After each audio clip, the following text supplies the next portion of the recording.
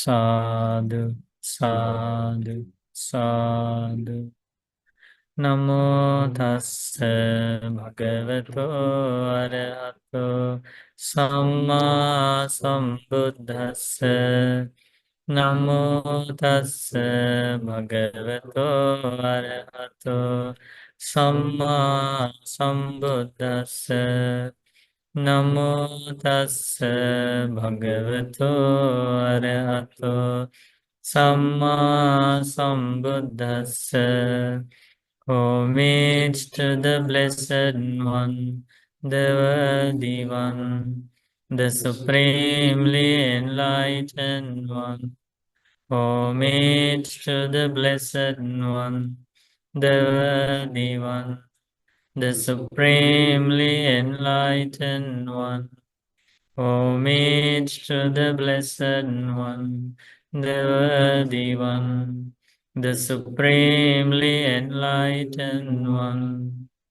Sadhu, sadhu, sadhu.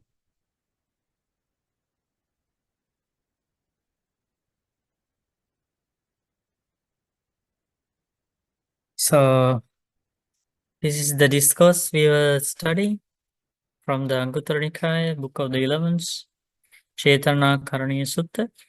So, before we continue with the sutta, do you have any questions to ask?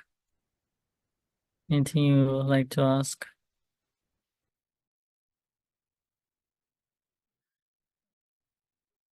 Please ask. Yeah.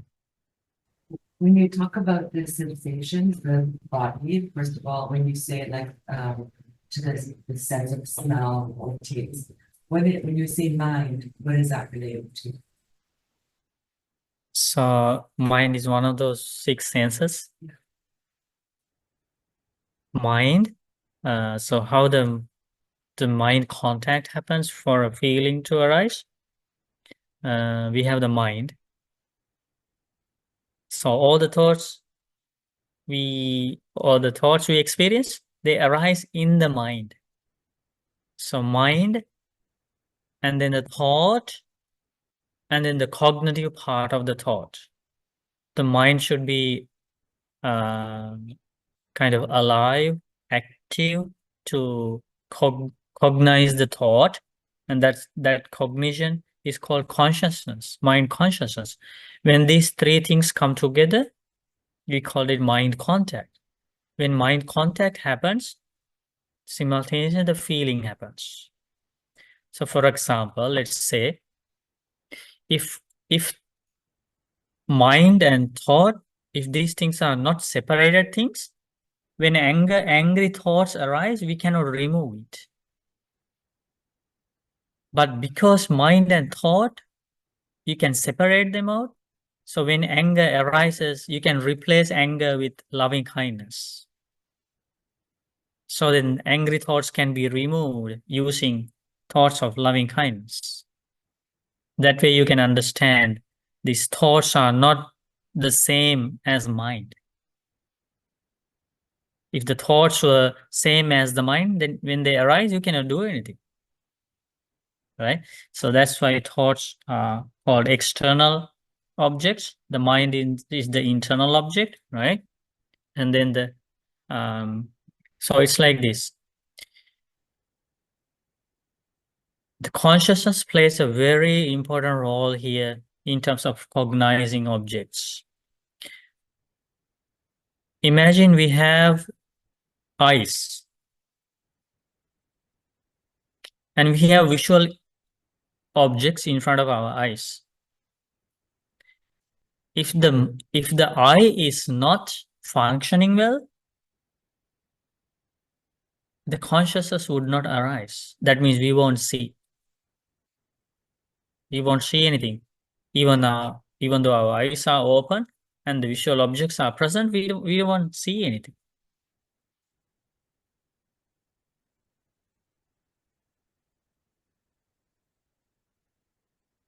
Example. When we are reading something in the book, we have our eyes. And these letters are the visual objects.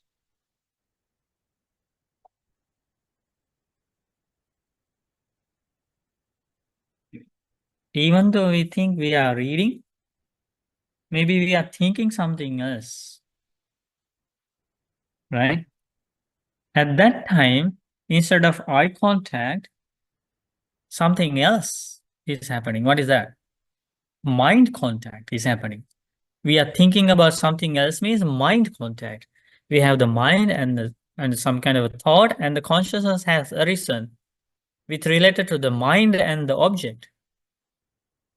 So we are thinking about something else, but our eyes are here, but we don't understand anything. That happens when you read novels, when you read books, and you pass pages, but you don't remember what you were reading, right? And then you go back to the pages. That because your eyes were there, visual object was there, but the consciousness wasn't there. So same with the mind consciousness.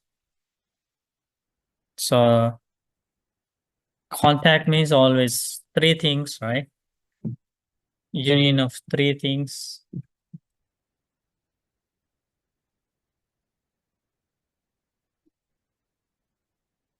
So the first one is mind, second one is thought, third one is consciousness.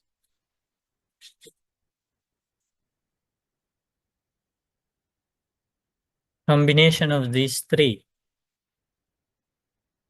is called mind contact.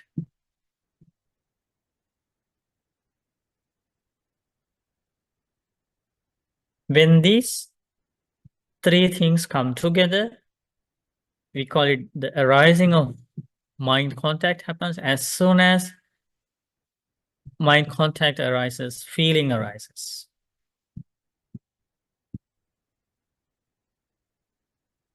If there was something to be felt as painful in this combination, we feel sad.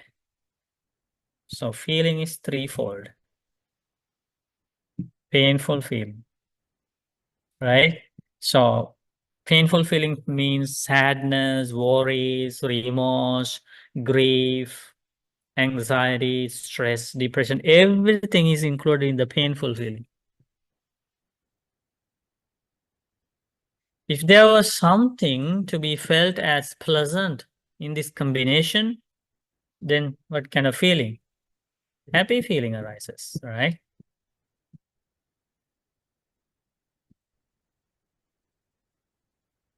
If there was something to be felt as neutral, neither happy nor painful, what kind of feeling?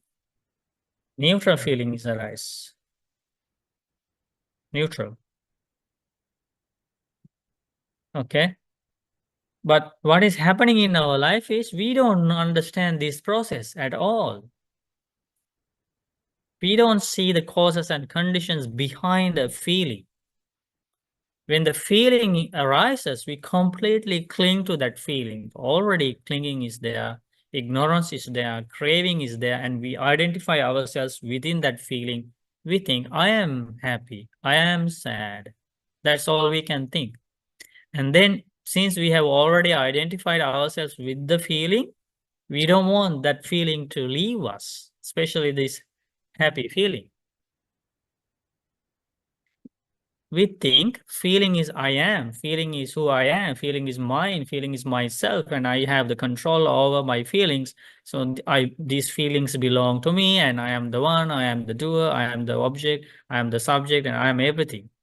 We build our entire world inside that feeling.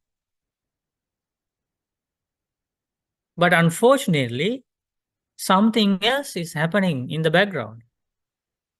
We are not the owner of the feeling. We are not the creator of the feeling. Contact is responsible for the feeling. It's just this combination of these three things produce the feeling. So whether we like it or not, when these three things changes, when the contact changes, feeling changes. We don't understand it. We cannot control. We just need to develop wisdom. We just need to develop insight to understand that this is what is happening here.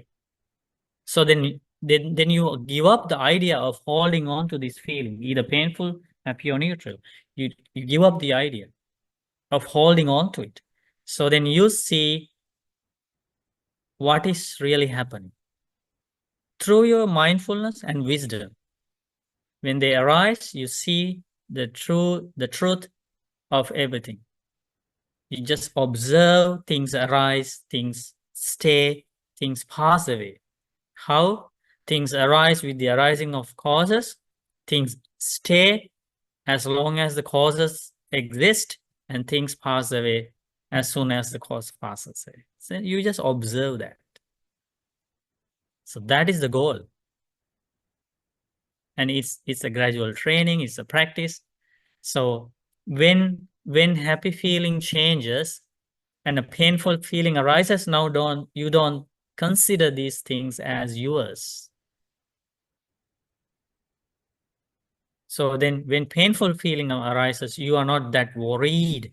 You are not completely carried away by those feelings, painful feelings, those sad feelings, worried feelings, because you know they have arisen due to causes and conditions, and they will pass away when the causes or conditions.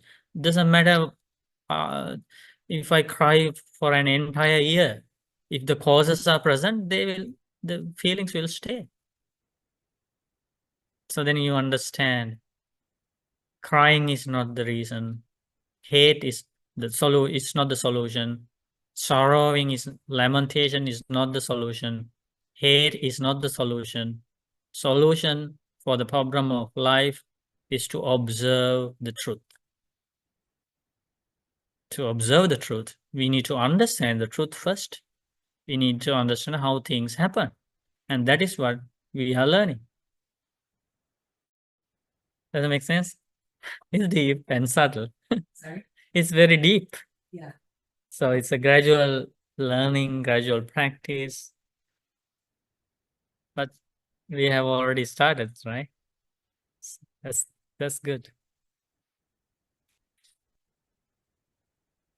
So when you keep practicing that contemplation we were doing during the meditation, it will help you to understand so many things in life. Causes and conditions. This is just a very small part of it.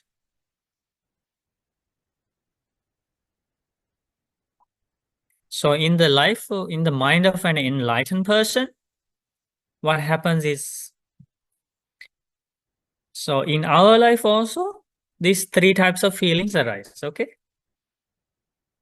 But we respond in a very different way compared to how enlightened ones react and respond.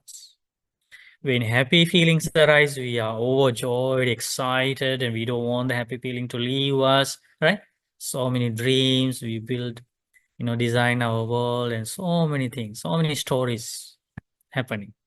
When painful feeling arises, we cry, we are so sad, we are depressed, we start hating others.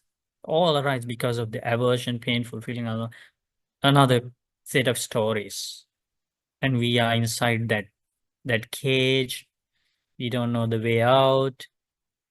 We are very down. When neutral feelings arise, also, there is lots of ignorance there, delusion there, and we are trapped in that feeling as well. So see that? And then when these painful feelings arise, they don't stop there. We want to kill somebody. We want to hurt somebody. It's all these problems happening in the world. These feelings are behind those unfortunate things happening. Right? So that's how the normal life goes. From one feeling to another. But in the mind of enlightened ones, same three types of feelings arise. When they see something beautiful, happy feelings arise. They experience the happiness of it. When they eat something delicious, is that the same taste we have? They have the same taste. They experience it. we experience something, any feeling, with so many unwholesome qualities, such as craving, clinging, desires, or so many things. When enlightened ones experience feelings, they have nothing of those negative qualities, no craving. They, in the first place, through this practice, they have completely uprooted craving, clinging, desires, anger, hatred, aversion. You name any unwholesome quality, no longer exists in their mind. That is the real happiness. That is the mind which experiences the true happiness, true peace. We think, oh, if there is no desire in a mind, no craving, no clinging, isn't that a miserable mind? We will question. No, that is the peaceful mind. So since all those roots of unwholesome qualities are already uprooted, already abandoned, when they experience any sort of feeling, they experience the arising and the passing away. So since all those defilements are removed from their mind, there is lots of clarity in their mind, lots of clarity. And when they experience, they see all the details behind the feeling. They see all the details, how they arise, whether they are arising from dependent on eye contact, ear contact, nose contact, tongue contact, body contact, or mind contact, where they understand. And even though the contacts changing so rapidly, they can analyze each and every contact. So they see the arising and they know how long they are present, the contact. They know I don't have to crave anything here. Crave for. I don't have to hate anything here. I don't have to reject anything here. I don't have to grab anything, hold on to anything, because anyway, they are going to go away. And they see the presence, arising presence, and then the passing away. Very clearly they see. In the discourses, it has been very clearly explained by the Buddha, the life of an enlightened being. That's all they see. Basically, they see these three characteristics of any conditioned thing. What are those three characteristics? Anicca, dukkha, anatta. They see these three things in any conditioned phenomenon. Because of that, the dependent origination links are broken. In our life, they're not broken. So feeling, vedana paccaya,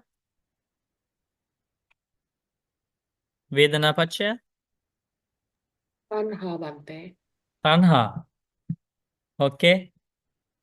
In our life, feeling leads to craving. Tanha paccaya. Upada. In our life, craving leads to clinging. Endless journey, okay? In our life, okay, upadana paccaya. Correct. In our life, clinging leads to arranging of karma. Okay, now we use our body, our words, our thoughts to do things, to say things, to think thought. And that's how karma is arranged. Now, in the background of the karma arrangement, you see all of these. Feeling, craving, clinging, ignorance, everything there, right? So now karma is arranging of karma.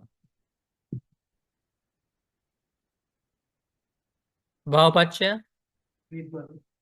Now, anytime we die, a new birth is ready. Because bhavapaccaya jati. Dependent on arranging of karma, there will be a new birth.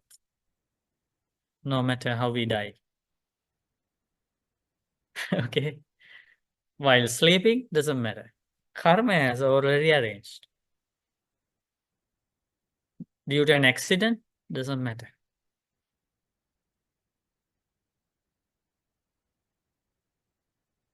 In the sky, we die. In a flight, doesn't matter. Deep under the ground, we die. In a cave, doesn't matter. We are reborn. In the mid of the ocean, still doesn't matter. Because the karma has arranged. Karma is the immediate cause of rebirth.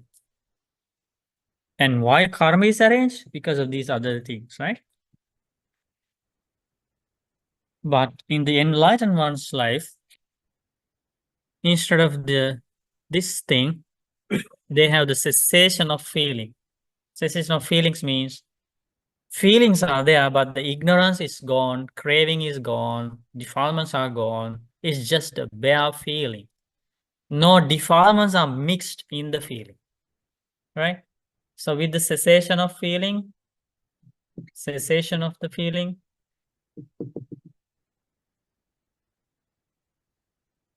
comes the cessation of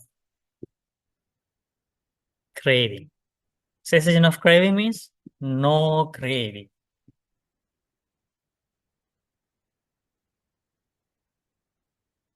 With the cessation of craving comes the cessation of clinging. That means no clinging. There are 4 types of clinging we have learned before. All the 4 types of clinging have been abandoned. Clinging gone. That's the beautiful life. One day we should go there. That's the beautiful life. This is the true life. We are just wasting all these, like, this beautiful human life, like hating others, collecting angry thoughts, right? Think about all the unnecessary things our mind does.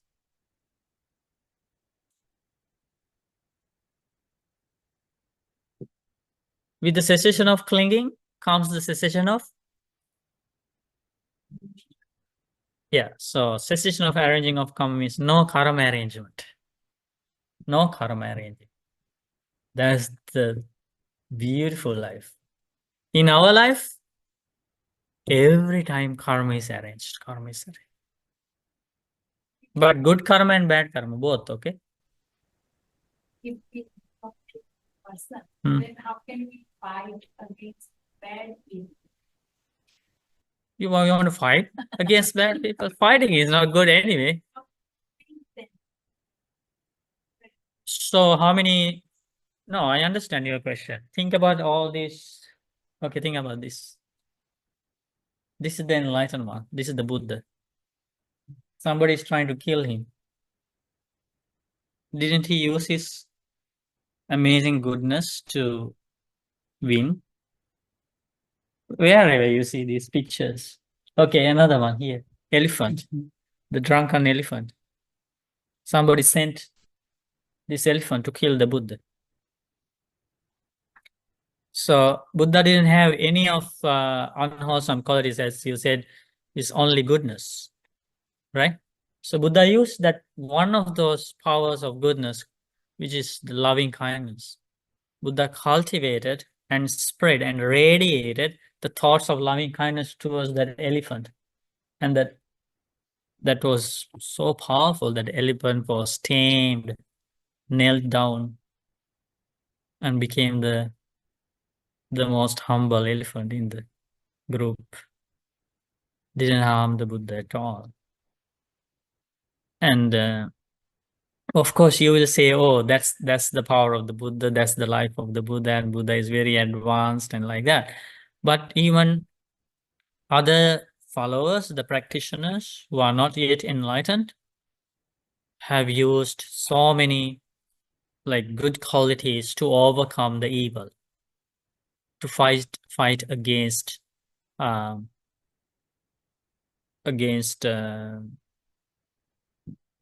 unwholesomeness in this world. Remember that the lady Uttara, she was practicing lots of loving kindness meditation, and there was this jealous, the other wife, who wanted to harm this Uttara, and because she noticed that Uttara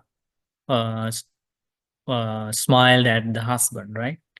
It was her husband, but this newly brought lady was jealous, right? And then she ran towards Uttara with the spoon of oil, boiling oil, right, to pour on her. And then as soon as she realized, Uttara realized that she is angry and her friend is angry and coming to hurt her, what did she do? She radiated loving kindness. This is my friend and she has helped me a lot. If I had any thought of ill will towards her, may this boiling oil harm me. If I don't have any angry mind towards her, may this oil become cool water. She used the power of goodness. And when that other lady, when she poured the hot water on her, Uttara felt it like cool water. There is such a power of wholesomeness in this world, but we are not familiar with it. We have not discovered it yet. That's why it sounds very strange and impossible, but that doesn't mean those kind of things don't exist. They exist. Okay? So don't worry. Keep practicing goodness and you can fight against evil in different levels. Please ask your question. You mentioned the three things. One of them was, I think, anatta. Yeah. What are the Other two? What are the definitions of those? The English translation? Okay, yeah. So first one is anicca. Anicca is temporarily, the meaning like impermanent, right? Impermanent, don't last, subject to change. That's the definition for anicca, okay? Impermanent. Second one is dukkha. Dukkha is pain, suffering, okay? That kind of meaning. And then anatta.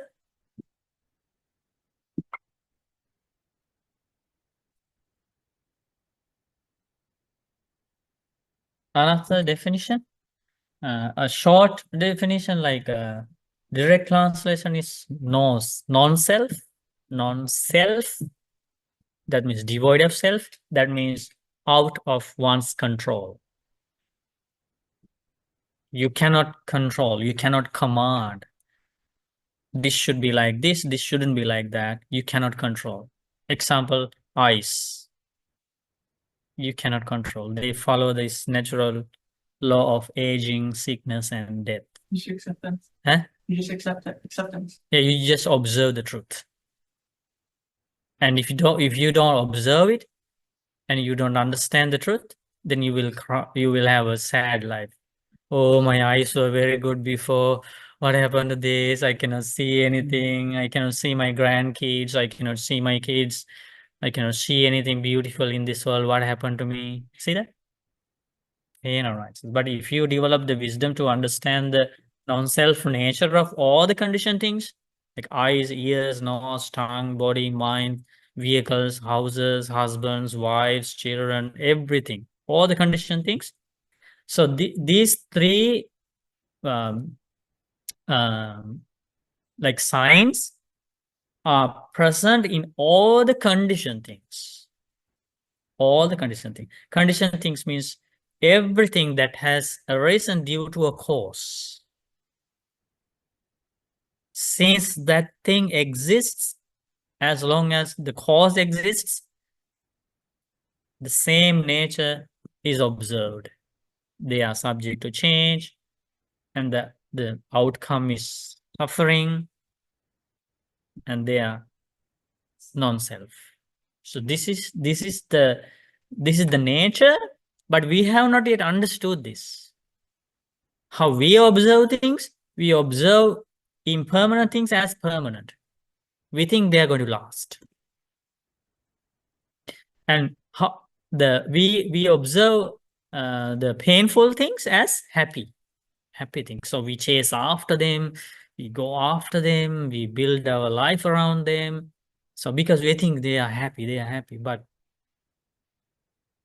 all the conditioned things finally leads to pain.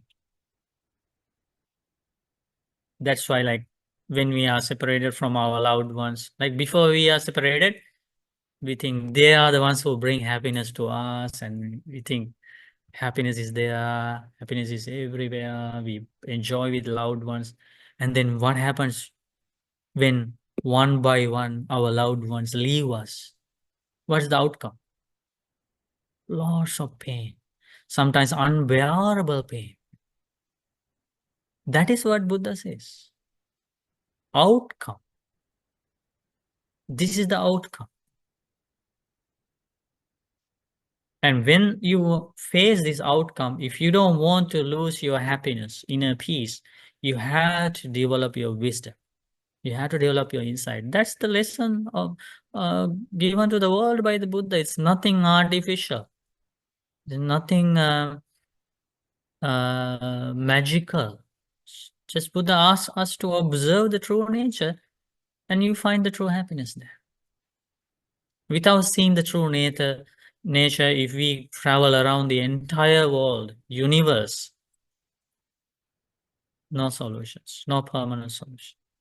But you don't travel through the entire universe, but you stay here and you understand what is happening, you find the true happiness.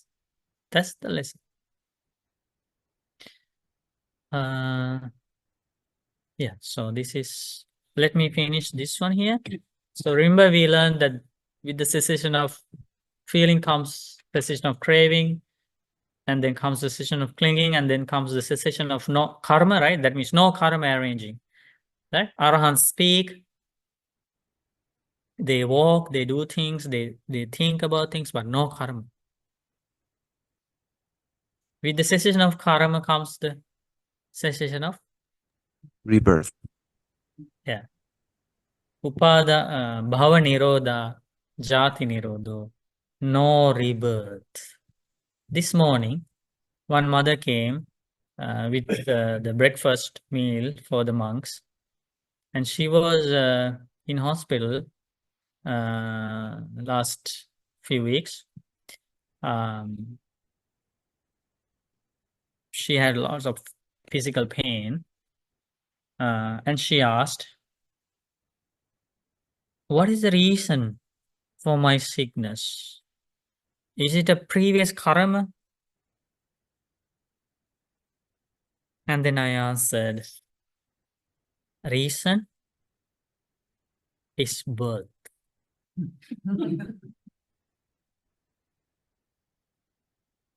Right? As long as we are born, aging will come, sickness will come, suffering will come, death will come. So, solution given to the world by the Buddha is stop birth. How to do that? Attain enlightenment. Right? Yeah. Yeah, no rebirth. When you attain enlightenment, no rebirth. Yeah, moksha. Moksha, vimukti.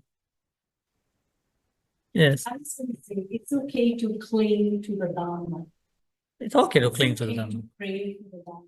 Yeah. Because Dharma is your raft across the great flood. Yeah, we learned that, right? Last time, remember? Using desire, overcome the desire. That's your salvation. Yeah.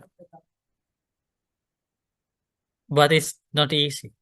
It's not easy to cling to the Dhamma. It's easy to cling to anger. Easy to cling to craving. Yeah. Easy to cling to lust. Easy to cling to attachments. Easy to cling to loved ones. Isn't that? Not really. It's easy to say we should all cling to Dhamma. But But one thing when you experience. if we cling to anger, that means there's no clinging to Dhamma there. What is the Dhamma? Cling to loving kindness. No matter what others do to you, say to you, if you still maintain loving kindness in your mind, forgiveness in your mind, you can say, I have clung to the Dhamma. Is that the world we live in? Maybe not the majority, but also if you experience a great deal of sorrow in life, and if you hit rock bottom, then you develop nibbida. And then from there, if you have No, nibbida. within you, Okay, nibbida. Okay, now we should go to the sutta because we are going to learn about nibbida there with good explanations. Okay, sadhu, sadhu. We pay homage to the Blessed One, Supremely Enlightened Buddha. Sadhu, sadhu. We pay homage to our teacher, Lok Sovinans.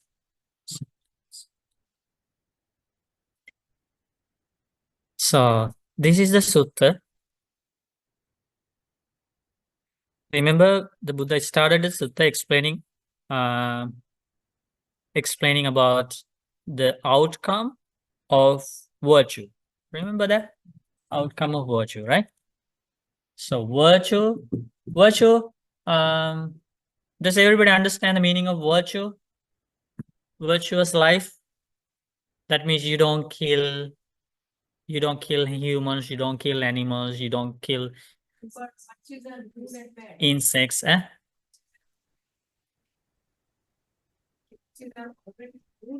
there are two kinds of virtues, right? This is always good. Sila. Good. Only good, okay? No killing, no stealing, compassion, saving lives, protecting lives, no stealing, no sexual misconduct, no lying, no divisive speech, no harsh speech, no gossip, no cheating, no drugs, no alcohol, no smoking, no purity. Purity of bodily actions, purity of verbal actions. Okay? Virtue. So, when there is virtue in somebody's life, Buddha taught us, he doesn't need to have a volition. He doesn't need to think. Na Cetanākaraṇīyasutta, may I have no regrets. Because it is only natural that an ethical person has no regrets. Isn't that crystal clear? So virtue leads to no regrets, right? Here we have Pali and English both, okay? No regrets.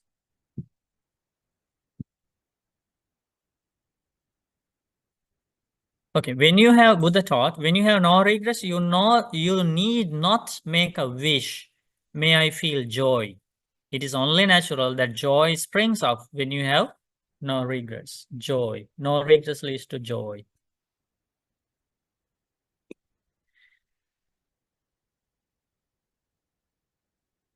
When you feel joy, you need not make a wish. Okay, so this joy, this happiness is always spiritual, okay? Not the ordinary material happiness is discussed here. Okay, so you don't need to make a wish. May I experience the rapture. These are different status of spiritual happiness, different levels. Okay, joy leads to rapture.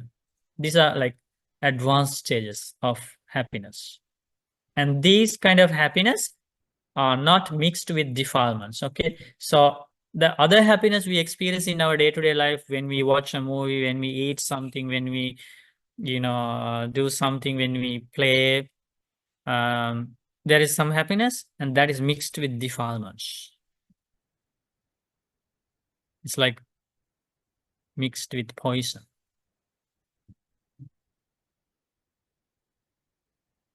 But this happiness, did you know that another different kind of happiness exists at the first place? Did you know that?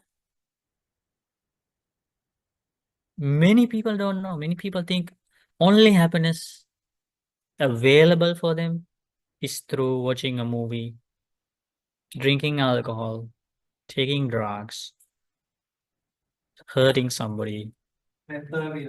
Yeah, material happiness.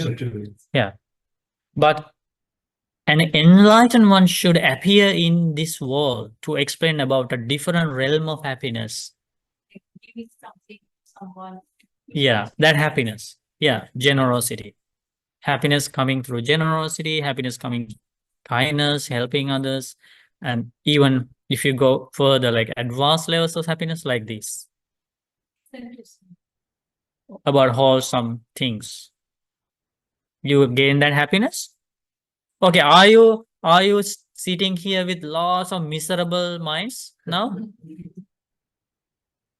Nobody wants to do that, right? You have some kind of happiness at least, right? Because you learn the truth, because you learn these important things about life. That's a happiness too. I don't see that kind of miserable phases from you. So that means you are experiencing some kind of joy, rapture, as you mentioned. When you learn good things, like wholesome things, you are happy. And that is the happiness discussed here. Okay, so please remember there are two types of happiness in the world. One is not to be followed, and the other one is to be cultivated, followed, developed. And that is, this happiness should be developed. So rapture, okay? When your mind is full of rapture, you need not make a wish, may my body become tranquil. That is what happens during meditation. You know, when we normally imagine you are watching a movie sitting on the sofa, how many movements you have? You stretch your legs, turn this side, that side, don't you? Huh?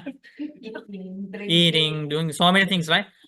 But because you feel some pain, you pain some bodily pain, that's why you want to move. You want to change the posture.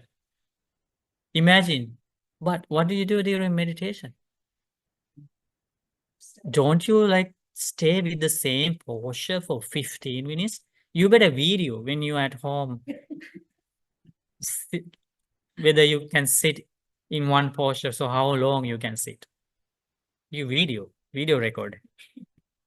And also video record when you're meditating. You will be amazed. Only if the meditation is taking off well, okay? If mind is still restless, it's still you will change your postures, okay? Huh? It's aging process. No, not all.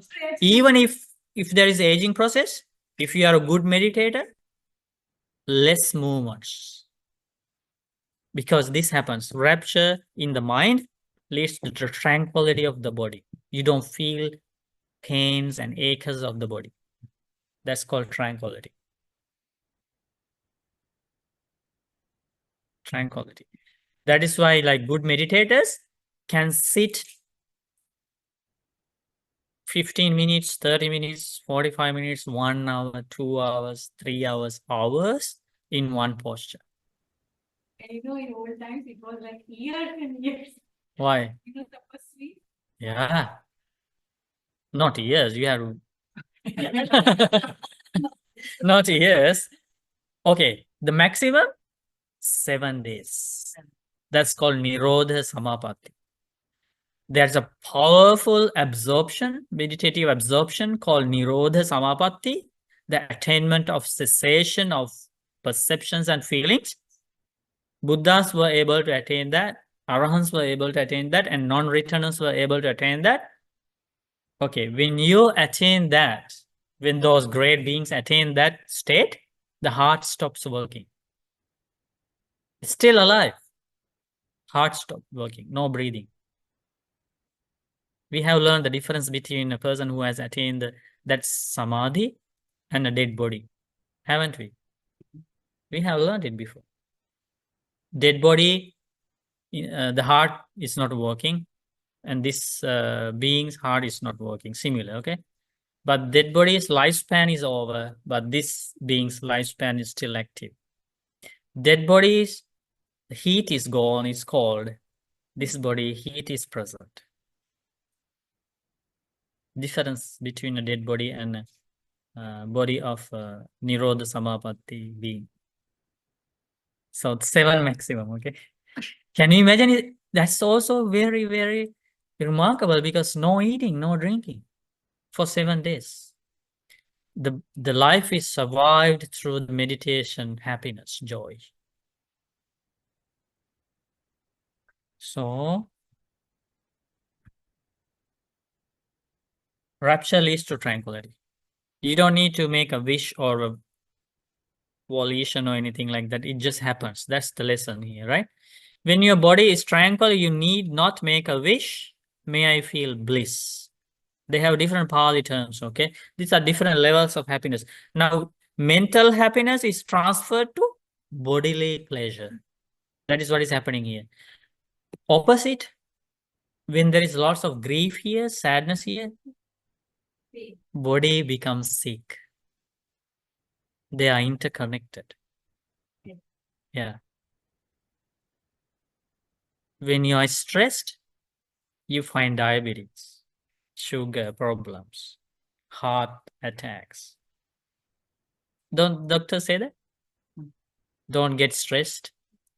Be relaxed, be relaxed, be relaxed, right? Because you get sick, body gets sick. Now here, opposite. When the mind is relaxed, no regrets, and there is spiritual joy, spiritual rapture, tranquility, and now body is bliss. There is bliss inside the body. So meditators experience this in the first hand, right? So there is bliss, and it's a natural outcome. You don't need to make any wish for that. Buddha teaches, when you feel bliss, you need not make a wish. May my mind be immersed in samadhi. Chittang me samadhiyatu. Now comes the samadhi. Samadhi means clarity of the mind. Right? First, mental rapture, mental joy brought you physical happiness. Now, both mental happiness and physical bliss brings you concentration of the mind. This immersion means concentration. Samadhi means concentration, okay? Concentration. Or clarity of the mind. Clarity. Some people don't like the word concentration because the concentration camps come to their mind. So they don't like concentration. Yeah. The concentration camps in Germany. Oh, Remember? the Holocaust? Yeah. So they don't like this word. So, but if you can use clarity. Clarity comes to the mind, okay? Now the mind is very calm, is free of defilements, okay? It's levels of concentration eventually leads to the jhanas. And then Buddha teaches, it is only natural for the mind to become immersed in samadhi when you feel bliss. When your mind is immersed in samadhi, you need not make a wish. May I truly know and see. Yatha bhutan janami passan. Now you understand why we meditate? When the mind has clarity based on a wholesome object, by practicing breathing meditation, maybe loving kindness meditation, or any vipassana meditation, first comes the clarity of the mind. Sense desires are abandoned temporarily. Angry thoughts are abandoned temporarily. Restlessness and remorse abandoned. Doubtful thoughts are abandoned. Sleepiness and drowsiness abandoned. You feel very energetic, rapturous in the mind. Body is tranquil. Now you get a beautiful opportunity to see this. What? Causes and conditions. See? Yatha bhutan janami passami.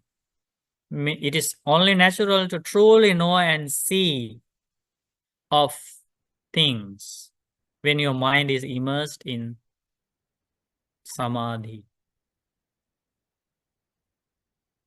Especially jhanas, okay? Jhana levels, yeah? Your mind is very well focused. One-pointedness is there.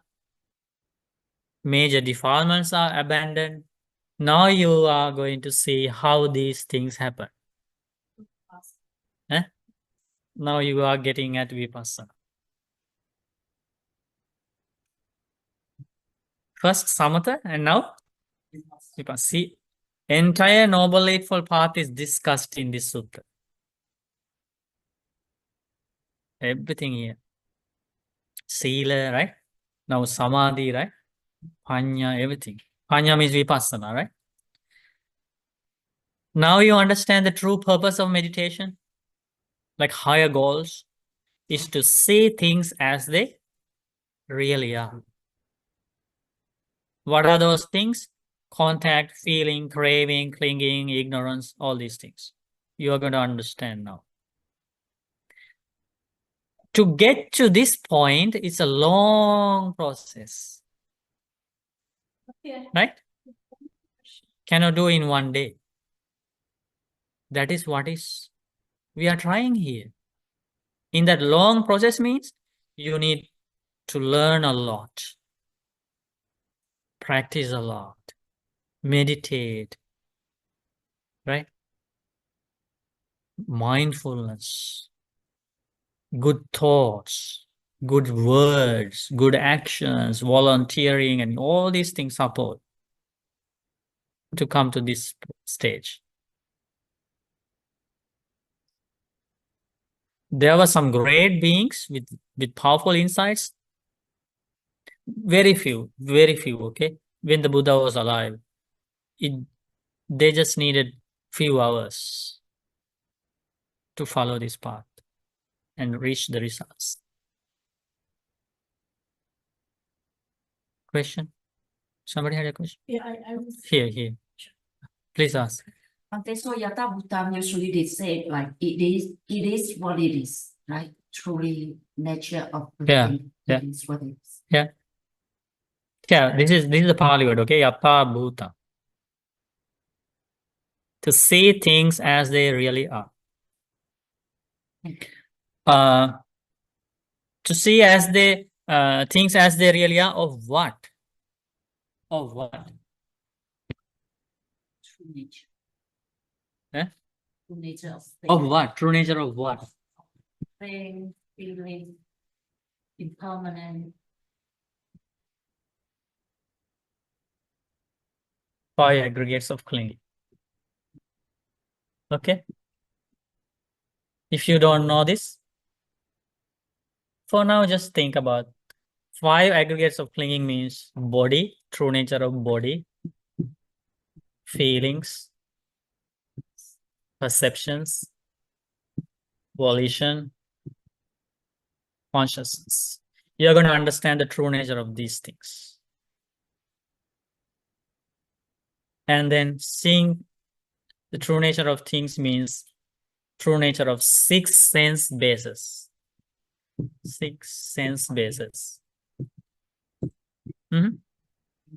Eye, ear, nose, tongue, body, and mind. You're going to understand the true nature. And then dependent origination, Four Noble Truths, everything. Okay.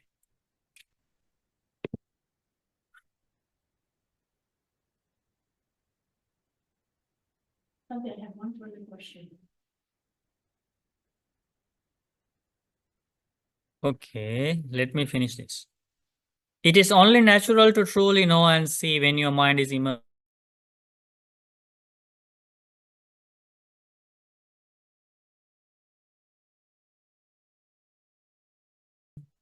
So, tranquility, bliss, clarity of the mind, seeing things as they really are, right?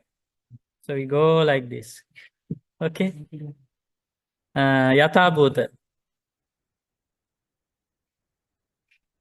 Seeing things as they really are. And then comes, when you see things as they really are, comes what is that? Disillusion. Is that a word? Nibbida. Nibbida. So now I can explain, I can give you the answer.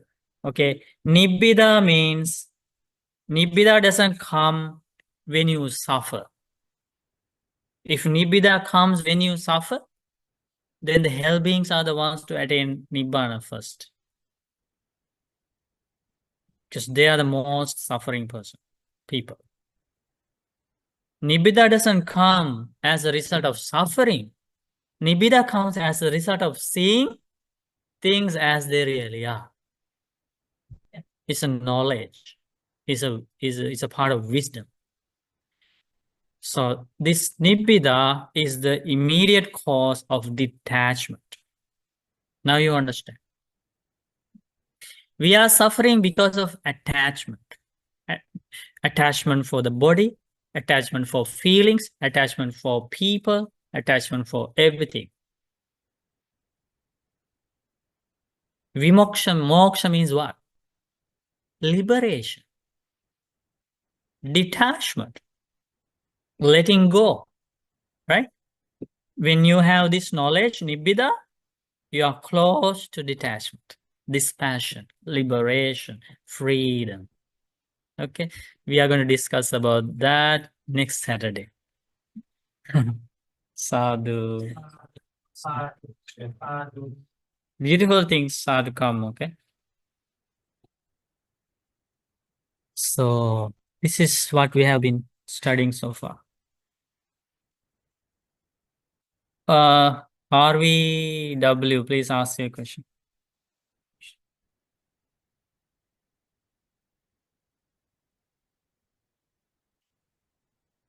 Please unmute yourself and ask. Yeah. Yes, no, Namo Buddhaya Bhante, it's Vishnu. Oh, Vishnu. No, Buddha. Bhante, what is the difference between Nibbida and wisdom? Can you be Between for 1 dissolution? week? Okay, no problem. Okay, Namo Buddhaya. Thank you, Bhante. Because it's a long answer.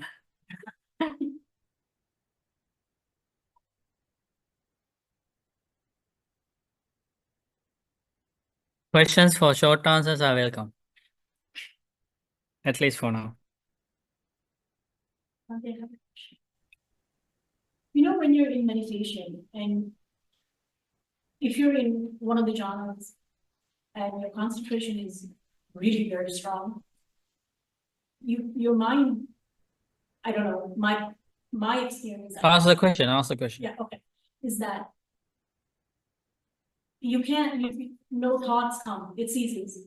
And so in order to contemplate on vipassana, you need to come out of that state. Immediately when you come out, you have that strong sense of clarity. And at that time is the ideal time to contemplate on anicca-anatta dukkha and the eternal nature, independent origination. Is it the right time? It depends on the individual, because people practice, people reach the enlightenment in different paths.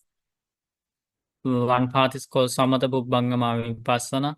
Another path is called vipassana pubbangama samatha. That's right. Another path is called yuganadda. Samatha and vipassana are developed simultaneously. So there are different paths for different practitioners. Okay.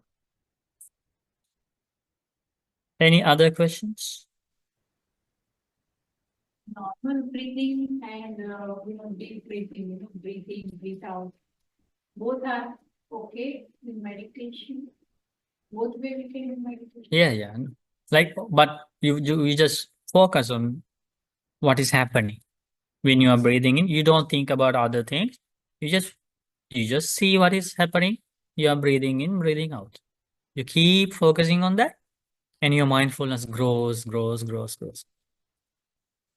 Then at some point you are going to focus on the length of each breath. Sometimes you feel you are breathing in a long breath, and then you develop your mindfulness based on that.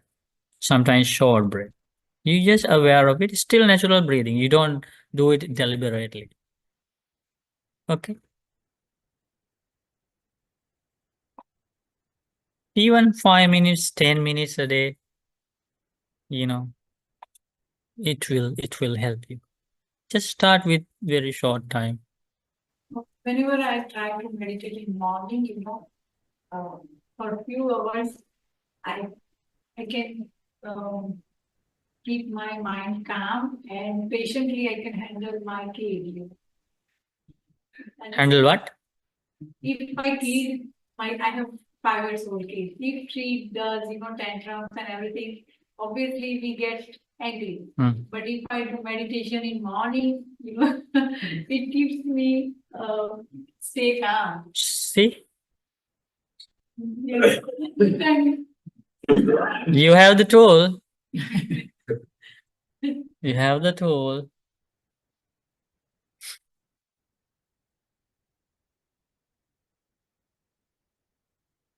Just, you can think, just by meditating for a few minutes, if you experience such results, what if you meditate more?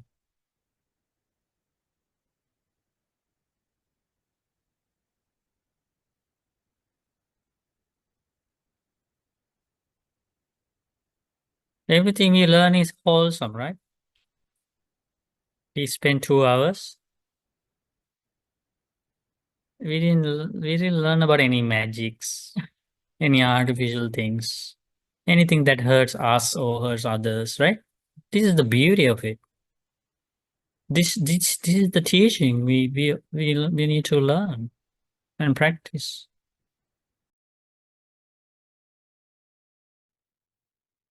Sadhu, sadhu, sadhu.